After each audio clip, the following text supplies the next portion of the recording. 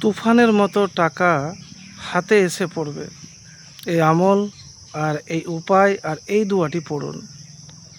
প্রিয় ভাই, টাকা সর্বপ্রথম উপার্জন করতে গেলে মেহনত দরকার, আর মেহনত ছাড়া কখন এটা সম্ভব নয়। তো আপনাকে মেহনত করতে হবে, আল্লাহর নাম নিয়ে আল্লাহর ওপর ভরসা রেখে তাওয়াক্কুল করতে হবে আপনাকে। যখন টাকার আপনার জীবনে দরকার বা টাকা লাগবে, তো তার জন্যে আপনাকে কি করতে হবে?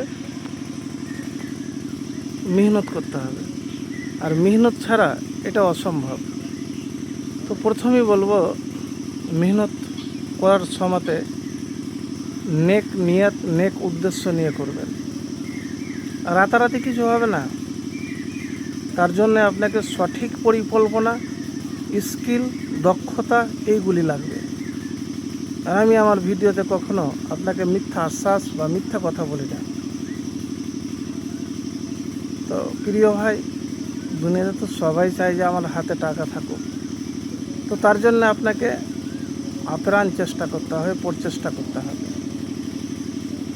তো প্রথম তো কথা হবে এটি। দ্বিতীয় হলো, অনেকেই ভাই রোজগার করে বা ইনকাম করে, কিন্তু ইনকাম করেও হাতে কিছু টাকা থাকে না।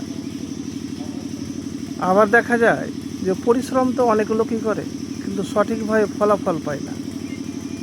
তো আমি এতটুকুন বলবো, ধৈর্য হারা হবেন না, ধৈর্য হারা হবেন না।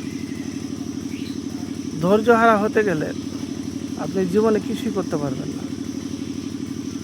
অনেক মানুষকে দেখি একটা ব্যবসা করছে, 6 মাস করলো, 1 বছর করলো, তো ফের চেঞ্জ করে দিল। তো এই কাজটা তো ভুলেও করবেন না। এতটুকুন আপনাকে বলবো, জীবনে যাই হোক না কেন, আপনি ধৈর্য হারা কখনো হবেন না। তো প্রিয় ভাই, একবার নেক নিয়ত, নেক উদ্দেশ্য, আশা নিয়ে আমল তো করে দেখুন। কি আমল করবেন? ইস্তেগফার, আস্তাগফিরুল্লাহ 70 বার বা 100 বার পড়বেন। কাজ যখন করবেন তখন লা হাওলা ওয়ালা কুওয়াতা ইল্লা বিল্লাহ, আল্লাহুম্মা ইন্নী আউযু বিকা মিনাল ফাকরি আর দুরূদ শরীফ। এক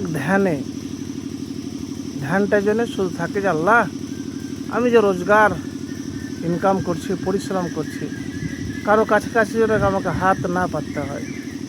তো আল্লাহুম্মা ইন্নী আউযু বিকা মিনাল ফাকরি ওয়াল কিল্লাতি ওয়াজ জিল্লা, লা হাওলা ওয়ালা কুওয়াতা ইল্লা বিল্লাহ। বাদ বাকিটি প্রচেষ্টা করুন, আল্লাহর কাছে দোয়া করুন, ইনশাআল্লাহ দেখবেন আপনি টাকার কখনো আপনার অভাব অনটন হবে না। তবে এতটুকুন বলবো যে প্রচেষ্টা রাখুন, মেহনত করুন। মেহনত আপনার সাথে কখনো বেইমানি করবে না। কষ্টের পরই কিন্তু সুখ আছে।